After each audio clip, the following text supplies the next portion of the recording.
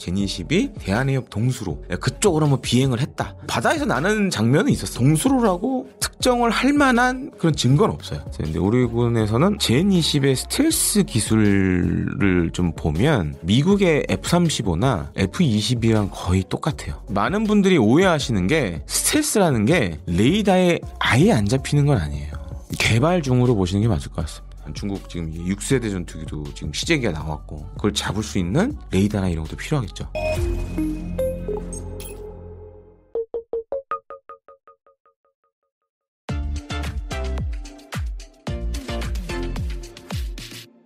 이게 어떻게 보면 이제 해프닝일 수도 있는데 이게 보면 이제 홍콩의 사우스 차이나 모닝 포스트라는 데서 보도가 됐어요. 7월 달에.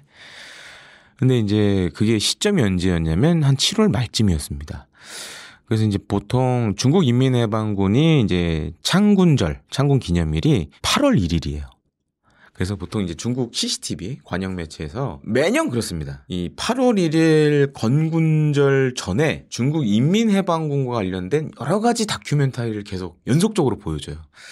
근데 여기에 저도 그 영상을 봤는데 약간 이제 좀 영상이 애매해요. 그러니까 제니10이 지금 이제 배치되어 있는 곳이 몇 군데가 있습니다. 대표적인 데가 대만 침공의 핵심적인 역할을 맡고 있는 이 동부전구 소속의 공군 부대에 이제 제니10 부대가 하나가 있고, 그 다음에 이제 북부전구에도 하나가 있어요. 북부전구는 보통 이제 한반도 쪽을 담당하는 전구예요. 동부전구는 대만 뭐 이쪽 담당하는 전구고.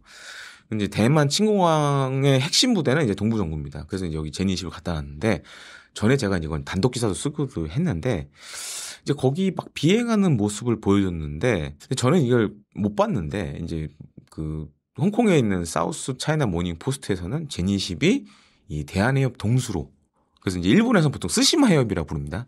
그쪽으로 한번 비행을 했다. 근데 이제 그 제니10이 바다에서 나는 장면은 있었어요. 근데 그게 그 대한해협 동수로라고 특정을 할 만한 그런 증거는 없어요. 그런데 이제 이 홍콩의 사우스 차이나 모닝 포스트가 그렇게 약간 추정을 한 거죠. 비행을 한 것 같다. 근데 이와 관련돼서 이제 우리 언론에서 이제 관심 많이 가졌고, 우리 군 관계자한테 이제 물어보기도 했어요. 근데 우리 군에서는 해당 사항과 관련돼서 답변할 내용이 없다라고 이제 얘기를 했습니다. 그래서 이게 사실은 정말 맞는 보도인지 아니면 우리가 탐지를 못한 건지, 이건 약간 지금 이제 물음표 상황이에요. 정확하게 제니10의 스텔스 성능에 대해서 자료화된 건 없습니다. 근데 참고 말씀드리면 저는 제니10을 비행하는 거를 실제로 본 몇 안 되는 한국 사람 중에 한 명이에요. 제가 2016년 중국 주화이에서 열린 주화이 호수에서 그때 처음 이제 제니10이 공개가 됐었거든요. 그래서 이제 두 대가 날라와서 이제 비행을 하고 사라졌어요. 그래서 그때 저는 이제 생생하게 봤죠. 근데 좀 놀랬던 게 뭐냐면, 이제 제니10의 스텔스 기술을 좀 보면 지금 이제 미국의 F-35나 F-22랑 거의 똑같아요. 그래서 이제 제가 앞서서 이제 KF-XX 한국형 차세 전투기 말씀드렸는데, 일단 외형적인 부분, 저피탐 설계는 이제 중국은 이제 완벽하게 하는 수준에 올라왔고, 그래서 지금 이제 뭐 5세대 전투기, 6세 전투기를 자체 개발하는 그런 나라가 됐고, 또 한 가지 주목할 게, 우리는 아직 이게 기술 성숙이 안 돼 있는데 개발도 좀 덜 돼 있고, 레이더 전파 흡수제 관련 부분에서도 사실은 지금 미국 다음으로 중국이 앞서 있어요. 그래서 이제 제니10도 잘 보면 도료 방식과 함께 이제 필름 방식을 사용해요. 그래서 잘 보면 약간 은갈치빛의 그런 느낌이 나는데, 저 같은 경우에는 제가 이제 F-35 만드는 공장을 옛날에 갔다 왔어요. 그래서 거기서 이제 가면 보여줍니다. 그 스텔스 필름이랑 코팅하는 걸 일종의 이제 갔던 사람들한테 이제 한번 보여줘요. 우리 이렇게 만들어.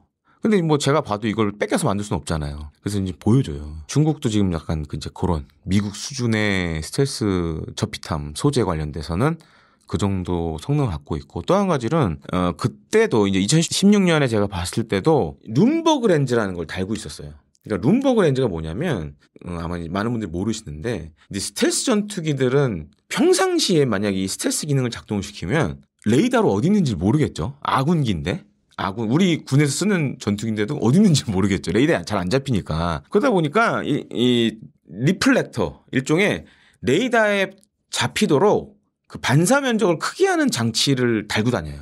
근데 이제 2016년에 제니10이 비행했을 때도 이 룸버그 렌즈, 일종의 이제 리플렉터 증폭기를 달고 나왔었어요. 그래서 보면서 야, 제가 그래도 뭐 자세한 성능을 제가 분석할 수는 없지만 그래도 저걸 달았다는 거는 중국군의 레이더에는 잘 안 잡힌다고 이제 추정이 가능하겠죠. 그래서 실제로 우리 공군의 F-35 미국에서 도입한 F-35 전투기도 평시에 보면 이 리플렉터를 달고 다닙니다. 그래서 이제 F-35는 아예 그 다는 그 장치가 있어요. 그래서 이제 그걸 평시에 달고 다니는데 왜냐면 평시에 어딘지를 모르면 이게 운용을 못 하니까. 근데 이제 제니10도 이제 그런 리플렉터를 사용하는 걸 제가 실제로 봤기 때문에 상당한 수준은 될 것 같다. 다만 이제 제니10 같은 경우에는 현존하는 스텔스 전투기 가운데 크기가 가장 큽니다. 그래서 그게 오히려 이제 불리할 수도 있죠. 근데 그럼에도 불구하고 어느 정도의 스텔스 성능은 갖고 있다라고 생각을 하시면 되겠습니다. 근데 이제 많은 분들이 오해하시는 게 스텔스라는 게 레이더에 아예 안 잡히는 건 아니에요. 그러니까 예를 들어서 레이더에 가까운 지점으로 오면 탐지가 돼요. 그래서 보통 이제 스텔스 전투기들은 어떻게 운용을 하냐면 레이더가 보면 탐지 범위가 있잖아요. 보통 이제 레이더와 레이더의 탐지 범위가 이렇게 가장 끝부분 그런 쪽을 파괴해서 침투해서 들어오는 거예요. 그러니까 너무 가까운 데 있으면 걸리니 가장 레이더 전파가 약한 곳을 뚫고 들어오는 거예요. 그러니까 그런 차이가 있습니다. 그래서 만약에 이제 우리 군이 운용 중인 대공 레이더라든가 공중조기공모 통제기 같은 경우에 가까운 데 있다 그러면 잡히겠죠. 근데 만약에 이제 그 전시 상황이라면 레이더를 스텔스기가 부셔버리거나 공중조기공모 통제기를 요격하겠죠. 참고로 말씀드리면 우리 지금 이제 PSI 항공 통제기라고 많이 부르는데 제가 알고 있기로는 항공 통제기 도입할 때 이런 테스트도 했었어요. 그러니까 스텔스기를 탐지하나 안 하나 요 관련된 테스트를 이제 진행한 걸로 알고 있습니다. 그리고 이제 또 한 가지로는 왜 우리 군이 그럼 잡았는지 안 잡았는지 얘기를 왜 안 했을까? 만약 잡았다 그러면 이게 적에게 정보를 알려주는 꼴이 될 수가 있는 거죠. 그리고 안 잡았다고 얘기하면 또 우리가 그런 뭐 능력이 안 되는 것처럼 보이고 그러다 보니까 이제 약간 NCND를 한 것 같아요. 긍정도 아니고 부정도 아닌 답변을 내는 걸로 생각하시면 되겠습니다. 그리고 이와는 별도로 또 우리가 지금 이제 스텔스기를 잡는 또 레이더 사업을 하고 있어요. 근데 이제 많은 분들이 이제 오해하시는 게 이제 이겁니다. 레이더에 아예 안 잡힌다. 그건 아니에요. 그리고 스텔스 전투기라 그래서 모든 주파수 대역의 레이더에 다 스텔스 성능을 갖는 건 아니에요. 그래서 이제 대표적인 예가 이제 요번에 이제 이란 공습한 B2 폭격기. 이제 B2 폭격기는 잘 보면 수직꼬리 날개가 없어요. 그냥 아예 민자로 돼 있죠, 그냥. 거의 무슨 이렇게 삼각형 모양, 가오리 모양으로 돼 있잖아요. 그걸 왜 그렇게 했냐? 그렇게 하니까 이제 레이더 중에서도 파장이 짧은 것도 있고 긴 것도 있어요. 근데 긴 거에는 잡히는 경우가 많아요. 근데 문제가 그거예요. 긴 파장의 레이더들은 이 스텔스 전투기가 정확히 어디 있는지는 몰라요.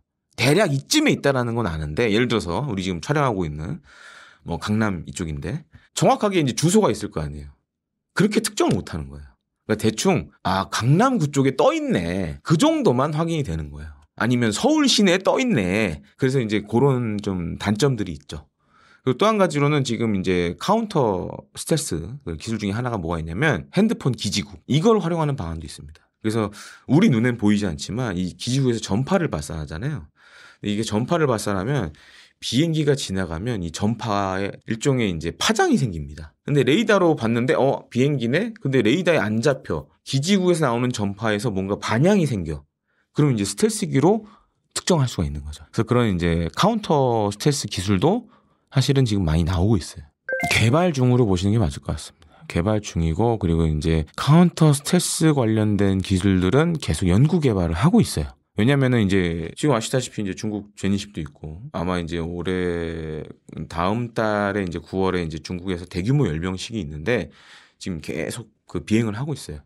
젠35도 지금 같이 비행을 하고 있고 그다음에 이제 뭐 약간 이제 밀리터리 관심 있으신 분들 아시겠지만 중국 지금 6세대 전투기도 지금 시제기가 나왔고 그럼 우리도 이제 그에 대응하는 전투기도 필요하지만 그걸 잡을 수 있는 레이더나 이런 것도 필요하겠죠. 연구 개발을 지금 국가연 주도로 진행을 하고 있고 뭐 도입 사업도 하려고 하고 있습니다. 물론 이게 사실인지 아닌지는 지금 확인이 안 되고 있습니다. 그리고 홍콩에 있는 사우스 차이나 모닝 포스트가 약간 좀 오바해서 기사를 썼다라고 좀 봐요. 저도 8월 1일 건군절 관련된 여러 다큐들을 유튜브 상에서 이제 많이 봤기 때문에 그 영상도 사실 봤거든요. 근데 그 약간 좀 애매한 점이 있어요. 특정하기 어렵다는 거죠. 바다를 알고 있는 제니십이 나오는데 이게 이 대한해 동수로라고 확정해서 얘기할 수는 없는 거예요. 약간 좀 과장된 기사일 수도 있다. 그리고 또 한 가지로는 만약 사실이라면 이거는 이제 우리 군 입장에서 봤을 때는 NCND를 할 수밖에 없고 긍정 부정을 잘라서 얘기할 수 없는 상황이고 문제는 이거예요. 우리 주변에 지금 이제 스텔스 전투기를 보유하는 국가들이 많아지고 있다. 물론 북한은 아직 아니지만 중국은 이미 미국 다음으로 이제 스텔스 전투기를 많이 갖고 있는 나라가 돼가고 있고 일본도 지금 F-35를 많은 양을 도입을 하고 있고 또한 이제 이탈리아 영국이랑 GCAP이라는 이제 6세대 전투기 개발 계획을 또 진행 중이에요. 그래서 우리도 그러면 뭐 스텔스 한국형 차세대 전투기 개발도 필요하지만 이런 거에 대응하기 위해서는 독자적인 카운터 스텔스 그런 탐지 장비들을 갖고 있어야 된다. 그리고 이제 뭐 지대공 미사일 같은 것들도 성능 개량을 해야 되고 그래서 이제 이런 것들이 이제 굉장히 중요한 시기가 됐다라고 좀 말씀을 드리고 싶습니다.